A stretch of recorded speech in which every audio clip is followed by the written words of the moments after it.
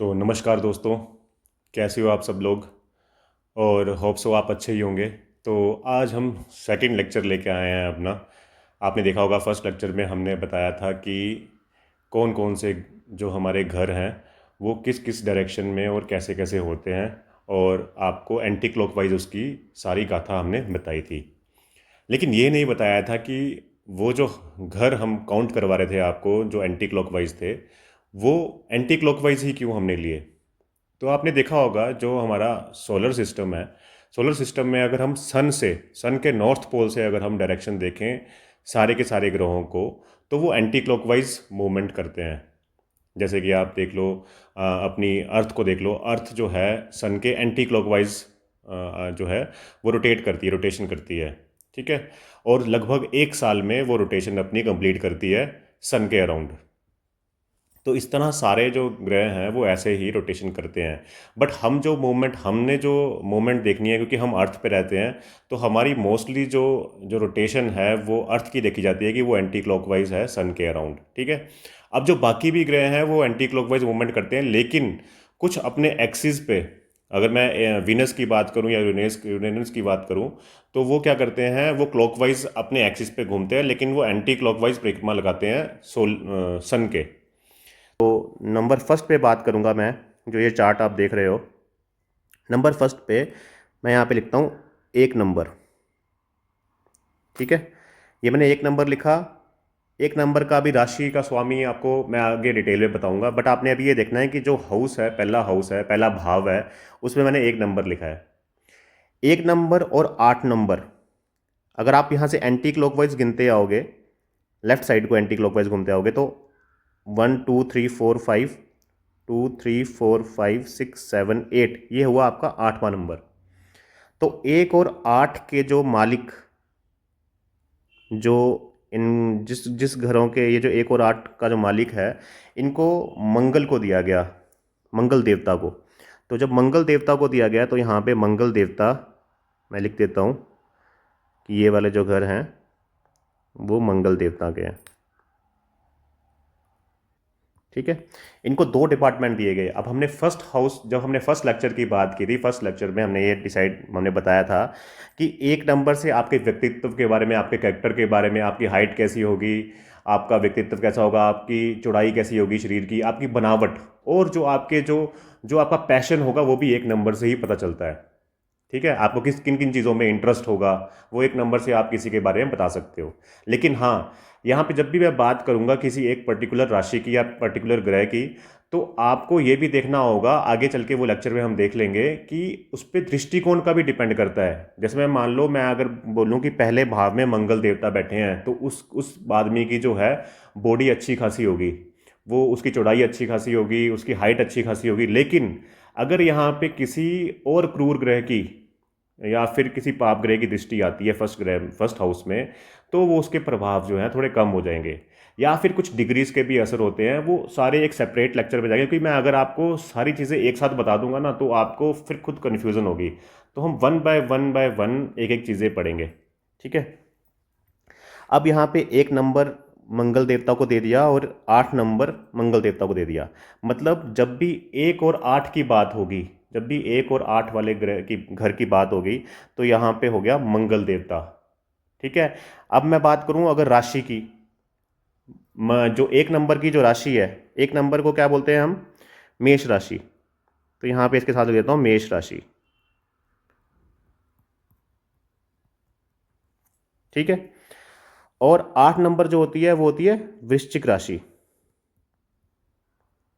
ठीक है। वृश्चिक राशि। ठीक है। थोड़ा हिंदी में देख लेना, थोड़ा ये स्पेलिंग थोड़ा करेक्ट हो सकते हैं। इसमें आपने बस भाव देखना है कि ये वृश्चिक राशि है। ठीक है।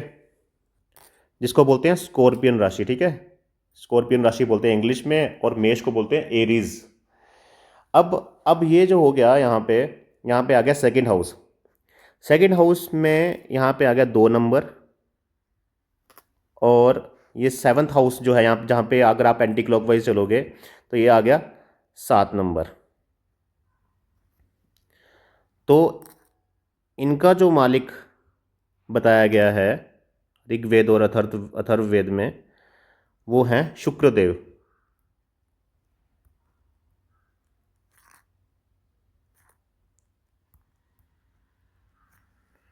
ठीक है, ऐसे ही सेवन्थ हाउस में भी मैं ये लिख रहा हूँ,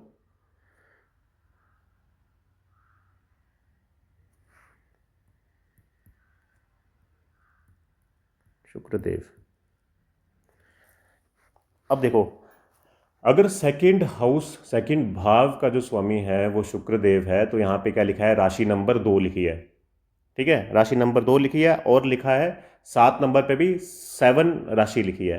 तो मतलब अगर मैं राशियों की बात करूं यहाँ पे, जैसे मैंने मंगल देव के लिए की, तो राशि यहाँ पे आ गई शुक्रदेव की। जो सेकंड नंबर की जो राशि है वो है वृष राशि।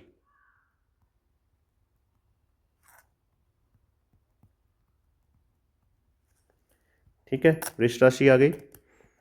और ऐसे ही अगर मैं बात करूं, सेवन्थ हाउस में शुक्रदेव हैं हमारे बैठे हुए, और शुक्रदेव की जो ये सेवन्थ हाउस की राशि हुई वो हुई तुला राशि।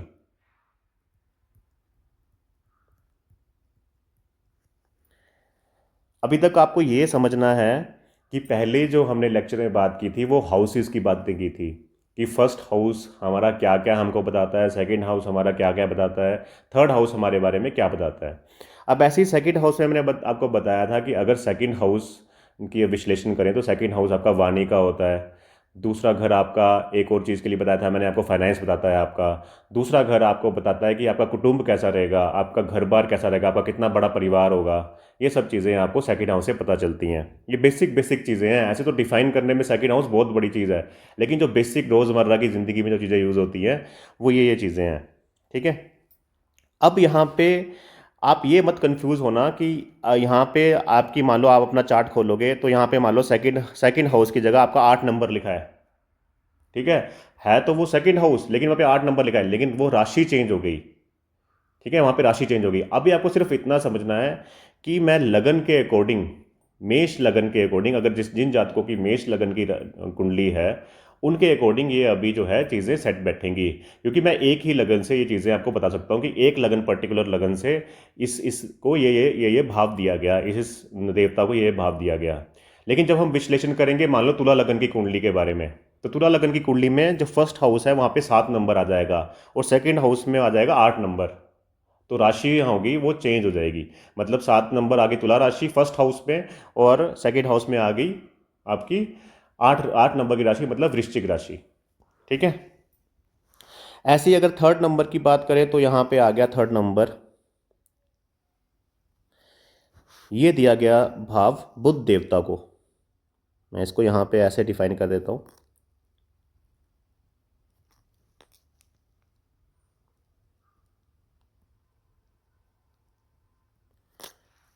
ये बुध देवता को दिया गया, और सिक्स्थ हाउस भी बुध देवता को दिया गया।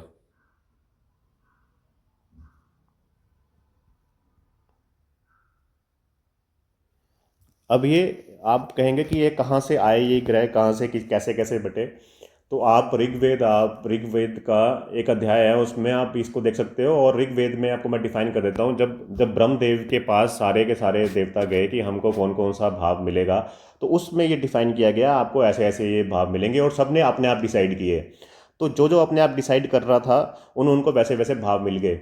लेकिन यहाँ पे अब बात करेंगे आगे, एक नेक्स्ट राहु केतु भी आएंगे, तो राहु केतु को कौन सा भाव दिया गया या नहीं दिया गया वो भी इसमें डिफाइन करेंगे। तो आप बने रहिए तब तक, आप वीडियो को स्किप मत करिए। अगर आपको वीडियो को अच्छे से देखना है, वीडियो अगर आपको अच्छे से समझ आएगी तभी समझ में आएगी जब आप इसको स्किप नहीं करोगे। ठीक है, नंबर फोर्थ, नहीं नंबर थर्ड में ही हम बात कर रहे थे। थर्ड में अब बुध है, तो बुध, ये जो राशि है, जो थर्ड राशि है, ये है मिथुन राशि। ये है मिथुन राशि, सॉरी।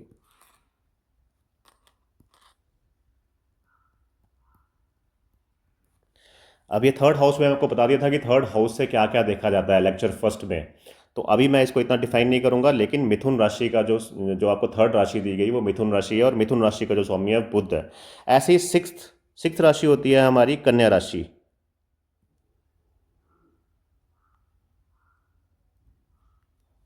सॉरी, कन्या राशि।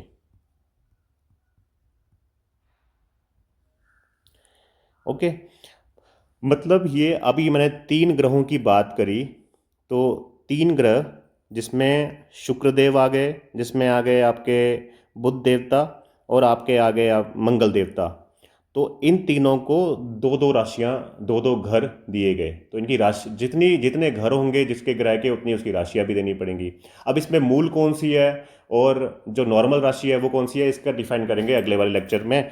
बट अभी आपको ये सिर्फ ये समझना है कि फर्स्ट नंबर में आपका अगर आपके फर्स्ट नंबर में अगर आपकी मेष राशि 1 नंबर लिखा गया है, तो उसके देवता, उसके जो स्वामी हुए वो मंगल देवता हुए। और अगर 8 नंबर में इसी तरह से हुआ तो उसके स्वामी क्या हुए, मंगल देवता हुए, और वो वृश्चिक राशि हुई। ठीक है, अब बात करते हैं नंबर फोर्थ की।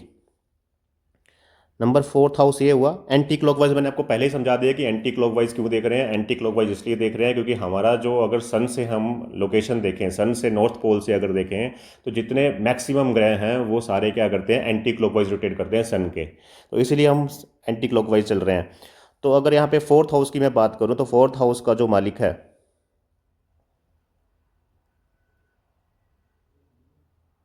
वो हुआ चंद्रमा। और राशि कौन सी हुई है, राशि हुई है कर्क, कर्क राशि हुई। ठीक है, इसी तरह से अगर हम बात करें फिफ्थ हाउस की। अब फोर्थ हाउस में क्या क्या चीज़ें डिफाइन करती हैं, ये सब लेक्चर फर्स्ट में हो चुका है। मैं बार बार इसीलिए रिपीट कर रहा हूँ कि आप एक बार जाके, अगर आप नए हैं इस वीडियो में, तो आप एक बार लेक्चर फर्स्ट को देख सकते हैं। नंबर फिफ्थ आ गया आपका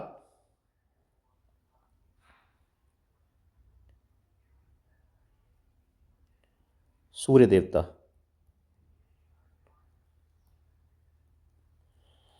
सूर्य देवता आ गए। सूर्य देवता की जो ये राशि है, ये है सिंह राशि।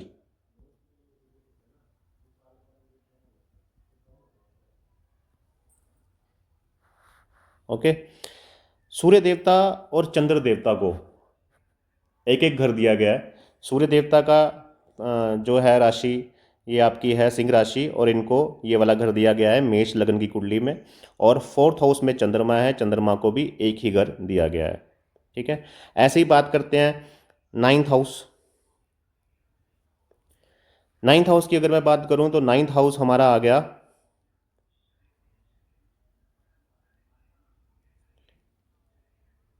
गुरु देवता का। बृहस्पति देवता भी बोलते हैं और गुरु देवता हैं ये। और ये धनु राशि है। ओहो, ये है धनु राशि।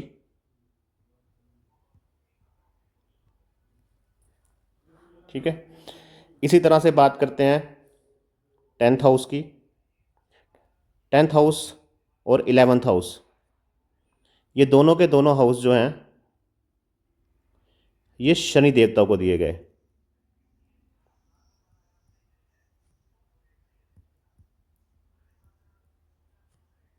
शनि देवता को दिए गए। और ये जो राशियां हैं, ये टेंथ और इलेवेंथ राशि जो हैं, टेंथ राशि जो है आपकी, ये होती है मकर राशि।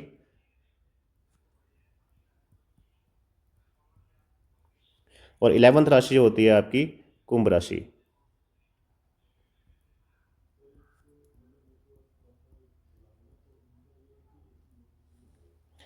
इसी तरह से अब ट्वेल्थ हाउस पे आ जाते हैं। ट्वेल्थ हाउस आपका हो गया गुरु देवता का। मैं यहाँ पे गुरु लिख रहा हूँ ऐसे, ताकि आपको पता लग जाए। या फिर आपको इस तरह से भी आप इसको डिफाइन करते हैं, बृहस्पति देवता। ठीक है, और राशि हो गई ये मीन राशि।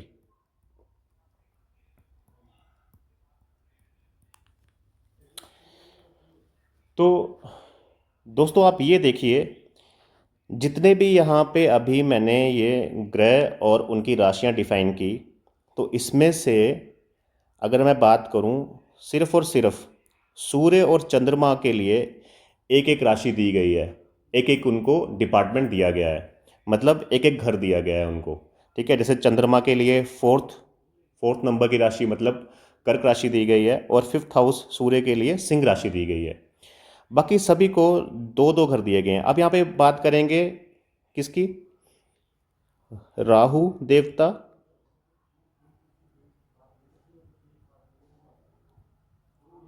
और केतु देवता।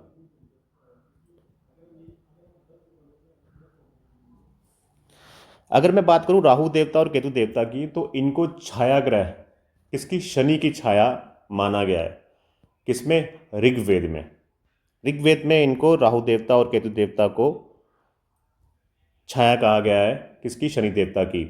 और जब अथर्ववेद में इनके घरों को डिफाइन किया गया है, तो इनमें यह डिफाइन किया गया है कि जब भी आप शनि शनि जब भी वक्री होंगे, रेट्रोग्रेड होंगे या कुछ भी होंगे, या जब भी वो चाल अपनी चलेंगे, सिंपल भाषा में इसको ऐसा समझेंगे कि जब आप चलते हो तो आपकी परछाई भी आपके साथ चलती है, लेकिन वो कभी कभी आपके आगे भी होती है, कभी कभी आपके पीछे भी होती है, डिपेंड करता है सन की डायरेक्शन कैसी है।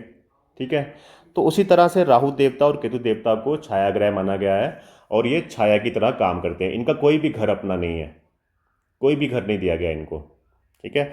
इसीलिए जब मैं बात करता हूँ ना कि हमको ड्रिंक नहीं करनी चाहिए, शराब नहीं पीनी चाहिए, तो ये डिफाइन किया गया है शास्त्रों में ये कहा गया है कि राहु देवता, जब केतु देवता ने पूछा गया कि हमको कौन सा डिपार्टमेंट, हमको कौन सा घर मिलेगा, हम कहाँ पे विराजमान रहेंगे, तो ब्रह्मदेव ने कहा कि जब भी, जिस जगह भी शराब, झूठ, कपट, ये सब चीज़ें रहेंगी, या फिर मोबाइल मोबाइल भी राहु देवता का कारक है, ये सब चीज़ें जहाँ रहेंगी वहाँ पे आप विराजमान रहेंगे, वहाँ पे आपकी स्थापना रहेगी। और इनको ये डिपार्टमेंट इसलिए दिया गया क्योंकि ये डिपार्टमेंट ऐसा है, जैसे आजकल सोशल मीडिया देख लो, सोशल मीडिया में जितने भी लोग हैं, उनका राहु देवता कहीं ना कहीं उच्च है, तभी वो वहाँ से उनको कारक होके, वहाँ से उनको वो फाइनेंशियल ग्रोथ करवा रहा है। ठीक है। अब इसमें तो इतनी ही बात हुई।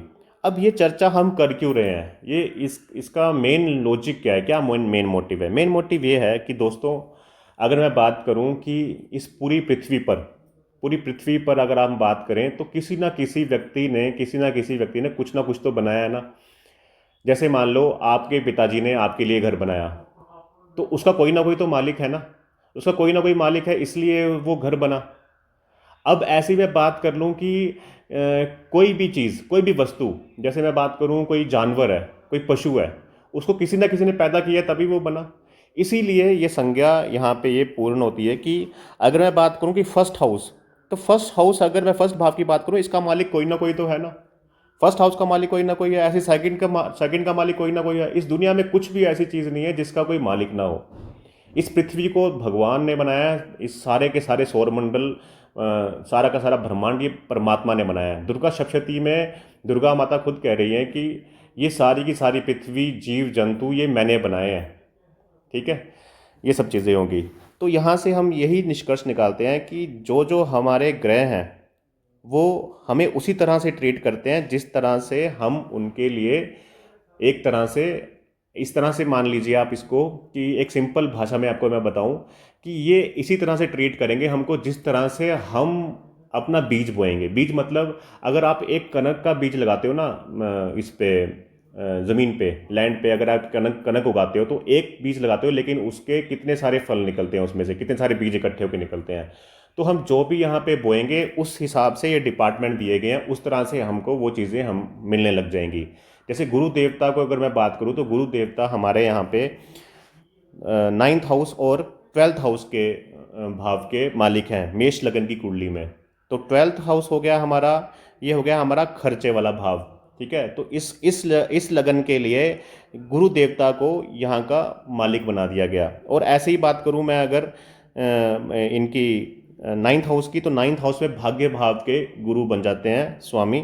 अब ये डिपेंड करता है कि वो अपने घर में, उस पर्टिकुलर जातक की कुंडली में, उस घर में बैठे भी हैं कि नहीं बैठे हैं, वो एक डिफरेंट टॉपिक है। बट अभी आपको यही समझना है कि ये जो मैंने आपको बताया, ये आपके आपके मतलब बिल्कुल समझ में आना चाहिए, एकदम से बेसिक कंसेप्ट क्लियर रहना चाहिए आपका कि किस किस को कौन कौन सा डिपार्टमेंट दिया गया है। ठीक है। अगले वीडियो में दोस्तों अब हम बात करेंगे कि अगर ये कुंडली में जो आपको ग्रह बताए, इनकी डिग्रीज मेष लगन की कुंडली में, क्योंकि ये मेष लगन की कुंडली बन गई, अब मेष लगन की कुंडली में कितनी डिग्रीज हो इन ग्रह की, ताकि ये उच्च माने जाएं या नीच माने जाएं उस घर में बैठे हुए। अभी तो मैंने डिफाइन किया है कि सिर्फ स्वग्रह ही ग्रह की बात हो रही है यहाँ पे, कि जो ग्रह जो हैं वो अपने ही घर में बैठे हैं। जैसे किसी जातक की कुंडली में देखूं, अगर वो मेष लगन है, मेष लगन की है, और मान लो वहाँ पे बुध देवता आपके 10th हाउस में बैठे हैं, वो एक डिफरेंट टॉपिक है, उसकी हम बात आगे जाके करेंगे जब लेक्चर्स आगे आगे बढ़ते जाएंगे। अभी आपको सिंपल सा एक ट्रिक है कि अगर मेष लगन की कुंडली है और फर्स्ट हाउस में अगर आपके ग्रह बैठे हैं तो फर्स्ट हाउस में कैसा कैसा परिणाम वो देंगे। ठीक है, तो दोस्तों अब चलते हैं, मिलेंगे आपसे फिर नेक्स्ट वीडियो पे। तब तक के लिए धन्यवाद आपका इस वीडियो को देखने के लिए। Bye bye, take care.